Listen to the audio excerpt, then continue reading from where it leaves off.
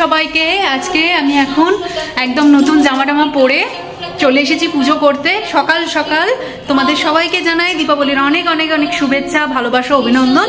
এখানে বিষ্ণু সহস্রনাম চলছে আর এখন আমি পুজোটা সারবো, তারপরে রঙ্গোলি বানানো আছে, দেন ঘরটা সুন্দর করে সাজানোর আছে। আজকের স্পেশাল দীপাবলির তো আলাদাই সাজানো থাকেই, সেই সব কিছু করবো আর সবটা তোমাদের সাথে যতটা পারি ততটা শেয়ার করব।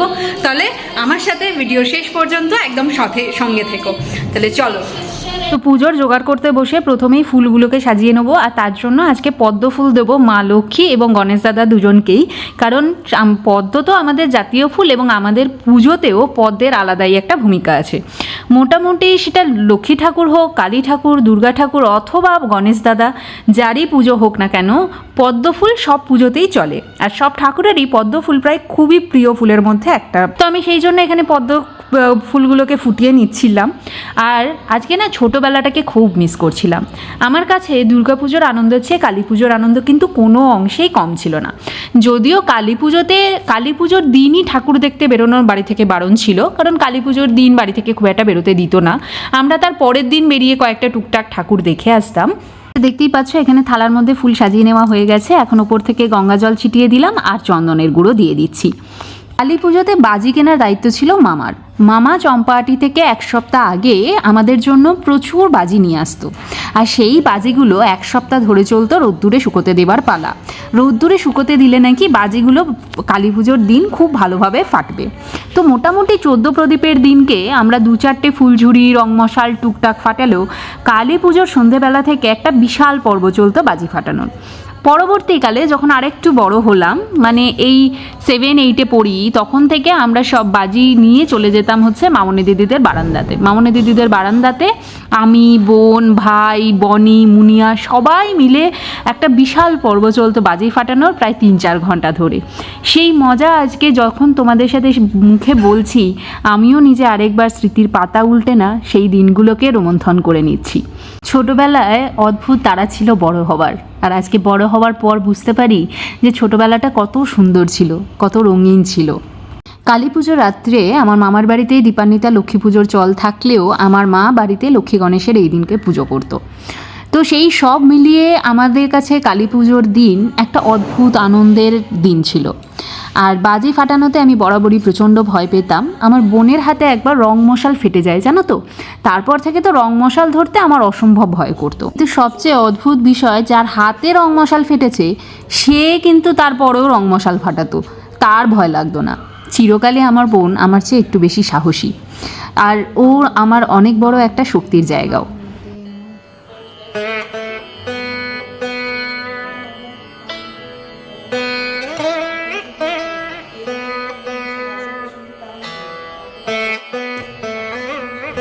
वक्रतुण्ड महाकाय सूर्यकोटि समप्रभा निर्विघ्नं कुरु देवा सर्वकार्येषु सर्वदा।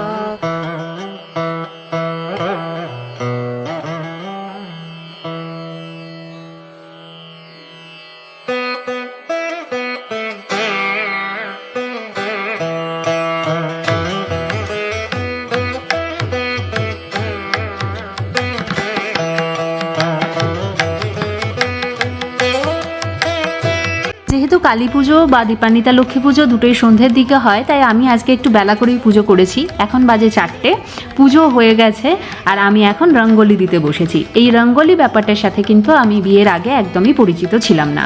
বাড়িতে পুজো হওয়া মানে আলপনা দেওয়া হতো, কিন্তু এখানে বিয়ের পর এসে দেখি সাউথ ইন্ডিয়ায় সমস্ত সাউথ ইন্ডিয়ান বাড়িগুলো ভোরবেলা ঘুম থেকে উঠে সবার আগে দরজায় হলুদ জল দিয়ে মুছে দেন হচ্ছে একটা করে রঙ্গোলি বানায়। আর এরা এত সুন্দর, এত তাড়াতাড়ি রঙ্গোলিগুলো বানায় না, যেটা দেখে মুগ্ধ হয়ে যেতে হয়। প্রত্যেক বছর আমি কালী পুজোর মোটামুটি এক সপ্তাহ আগে থাকতেই মাথার মধ্যে একটা আইডিয়া করে নিই যে কীরকম রঙ্গোলি বানাবো, কিন্তু এবছর আর সেটা করা হয়নি।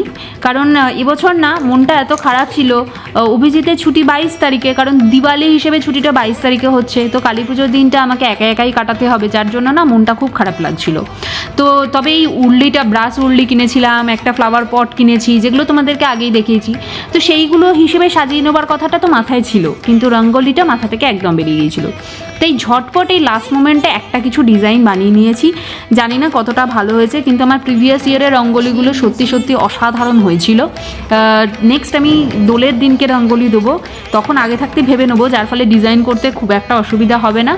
শুভ সন্ধ্যা বন্ধুরা। দেখো সেরকম কিচ্ছু সাজিয়ে গুজিনি, জাস্ট বালুচরি পরেছি, একটুখানি টিপ পরেছি, চুলটা জাস্ট কম করে নিয়ে চলে এসেছি। এখন সন্ধ্যে 7টা বাজতে যায়, তো যথারীতি সব জায়গায় আলোগুলো দিয়ে দেবো, প্রদীপ বাতি জ্বালিয়ে। আর আমি তো যেরকম পেরেছি, এবারে আমি জানি না কেন মাথায় সেরকমভাবে কিছু আইডিয়া আসছিল না। যা হোক করে আমি লাস্ট মোমেন্টে একটা, সকাল থেকে প্রচণ্ড ব্যস্তও ছিলাম, তো লাস্ট মোমেন্টে আমি একটা রঙ্গোলি ছোটো দেখে কিছু একটা করেছি। কীরকম হয়েছে জানি না। আর ঝটপট করে সাজিয়ে টাজিয়ে নিয়ে পুজো টুজো সেরে উঠে রঙ্গোলিটা করে সাজিয়ে নিয়ে আর ফ্রেশ হয়ে এই শাড়িটা জাস্ট পরে চলে এসেছি। চলো এখন সব জায়গায় আলোগুলো দিয়ে দিই।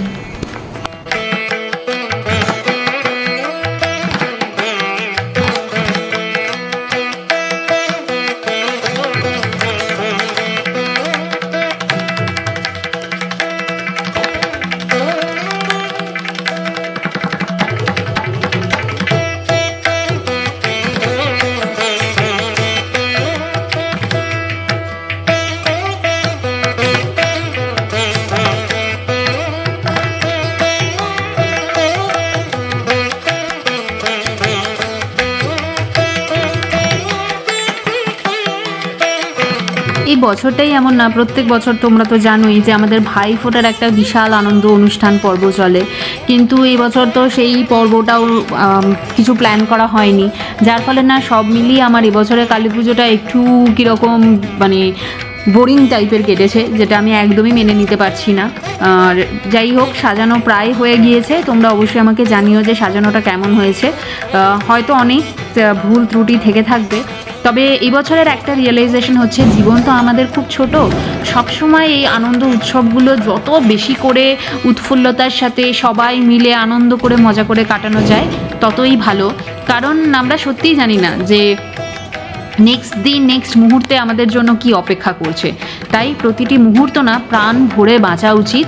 আর আমাদের এই উৎসবগুলো তো সেই কারণেই আসে, যাতে এই রোজকার বোরিং জীবন থেকে না আমরা কিছুটা আনন্দের সময় খুঁজে নিয়ে প্রাণ ভরে সেই সময়টাকে উপভোগ করতে পারি, আনন্দ করতে পারি। দীপাবলি মানে তো আলোর উৎসব, তাই সারা বাড়িটাতে যেরকমভাবে পেরেছি আমি আলো দিয়ে সাজিয়ে নিয়েছি। একটু একটু ভয় লাগছিল, শাড়ি পরেছি, একা একা বাড়িতে আছি, আর আমি ভীষণই আলু থালু টাইপের। এ তো আর আমাদের পাড়া না যে একটু চিৎকার করলে যে কেউ ছুটে আসবে যে কি হয়েছে বলে। ফ্ল্যাট বাড়িতে এই একটা বড় সমস্যা, তাই জন্যই না আমি একটু কমই প্রদীপগুলো জ্বালিয়েছি। মুদ্রা কথাটা কি বলতো, মুদ্রা কথাটা হচ্ছে যে আমি আদ্যপান্ত একটু ভীতু মানুষ, খুব একটা সাহসী এই সব বিষয় একদমই নই, মানে অ্যাডভেঞ্চারাস একদমই নই। আর এদিকে আকাশ প্রদীপ জ্বালিয়ে নিয়েছি। আকাশ প্রদীপের বিষয়টা আমি ভূত চতুর্দশীর দিন একটা শর্ট ভিডিওতে তোমাদের সাথে শেয়ার করেছিলাম। এই যে আকাশ প্রদীপ জ্বালিয়ে নিয়েছি। এখন পুরো কার্তিক মাসের প্রতিদিনই এই আকাশ প্রদীপ আমি জ্বালাবো। বাইরে শুনতেই পাচ্ছ প্রচুর বাজি ফাটছে, আর যেহেতু বাজি ফাটানো ব্যাপারটা আমি একদমই পছন্দ করি না, তাই আমি একেবারেই অভিজিৎকে বাজি কিনতে দিই না। আমার ঠাকুর আর আমি বসে আছি। তোমাদের কেমন লাগছে আমাদের এই কালী পুজোর ভিডিও? খুব বেশি ভিডিও করতে পারিনি, জানি না 5-7 মিনিটেরই ভিডিও হয়তো হবে, কিন্তু সব মিলিয়ে আজকে দিনটা অ্যাকচুয়ালি একা হাতে পুরোটা করা তো খুব হেক্টিক গেছে, যদিও রান্নাম অভিজিৎই করে দিয়েছে। আর এবারে আর আমি যেতে পারছি না আমাদের কালী পুজোতে, কিন্তু যদি ওখান থেকে কোনো ভিডিও পাই, ছবি পাই, ডেফিনেটলি আমাদের একার পুজো তোমাদের সাথে শেয়ার করব। আর দেখো আমার ঠাকুরের জায়গাটা কি সুন্দর লাগছে, মানে আমি পুরো মুগ্ধ। আর আজকে গোপুকে যা লাগছে, মাকে তো আগের দিনই দেখেছো, মা গণেশ দাদা এদের সবাইকে আগে দেখেছো, আর আজকে গোপুর হচ্ছে এই দীপাবলির দিনকে দীপাবলির সাজিয়ে দিয়েছি। তো তোমরা অবশ্যই জানিও যে কীরকম লাগছে। আমি এখন একটু ছাদে যাচ্ছি, তোমাদেরকে দেখাবো যে এখানে কীরকম বাজি টাজি ফাটানো হচ্ছে, কী হচ্ছে সেই ডিটেলসটা তোমাদের একটু দেখিয়ে দেবো, তারপরে আবার রুমে চলে আসবো। আমারও অ্যাকচুয়ালি দেখার ইচ্ছেটা হলো।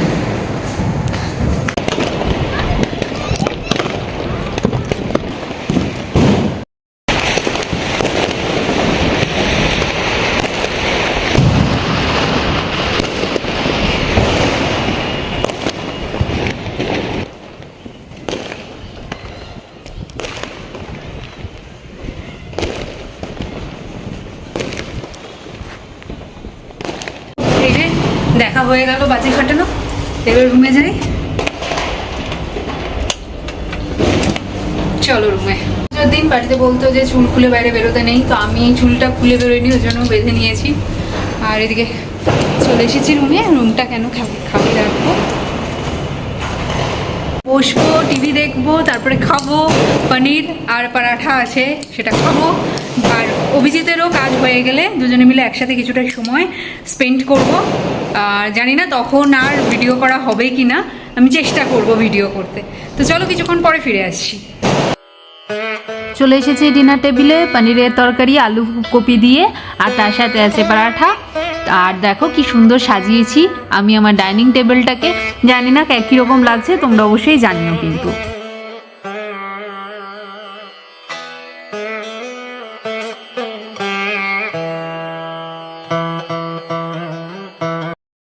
খুব ভালো বানিয়েছে, মানে জাস্ট দুর্ধর্ষ। তাহলে চলো আমি খাবারটা এনজয় করি। আর আজকে ব্লগটা এখানেই শেষ করছি। যদি আমার ব্লগটা ভালো লেগে থাকে, বাইরে বাজির আওয়াজ কিচ্ছু করার নেই, আজকে তো ব্যাকগ্রাউন্ড মিউজিকে এটাই থাকবে। তো যদি আমার ব্লগটা ভালো লেগে থাকে তাহলে অবশ্যই একটা লাইক করো, খুব ভালো লেগে থাকলে অবশ্যই বন্ধুবান্ধব রিলেটিভসদের সাথে শেয়ার করো। আর নতুন বন্ধুরা আমাদের চ্যানেলটাকে সাবস্ক্রাইব করতে ভুলো না, পাশে থাকা বেল আইকনটা অবশ্যই প্রেস করে দিও, তাহলে আমাদের আপকামিং সমস্ত ভিডিও নোটিফিকেশনস তোমরা পেয়ে যাবে। আর যদি বন্ধুরা আমার এই ব্লগটা আমার ফেসবুক পেজ থেকে দেখে থাকো তাহলে অবশ্যই পেজটিকে ফলো করে দিও। আর কমেন্ট করে আমাকে জানাতে ভুলো না যে আমাদের ব্লগগুলো তোমাদের কেমন লাগছে। তাহলে আজকের মতন এই পর্যন্তই। সবাইকে আরও একবার শুভ দীপাবলি জানিয়ে, আর যে কথাটা রোজ সব সময় তোমাদেরকে বলি বা নিজেকেও বলি, সবাই ভালো থেকো, সবাইকে ভালো রেখো, সবার আগে নিজেকে ভালো রেখো, কারণ নিজেকে ভালো রাখলে তবেই সবাইকে ভালো রাখা সম্ভব। আজ তাহলে আসি, দেখা হচ্ছে খুব শিগগিরই পরের আরেকটা ব্লগ নিয়ে। ততক্ষণের জন্য বাই বাই।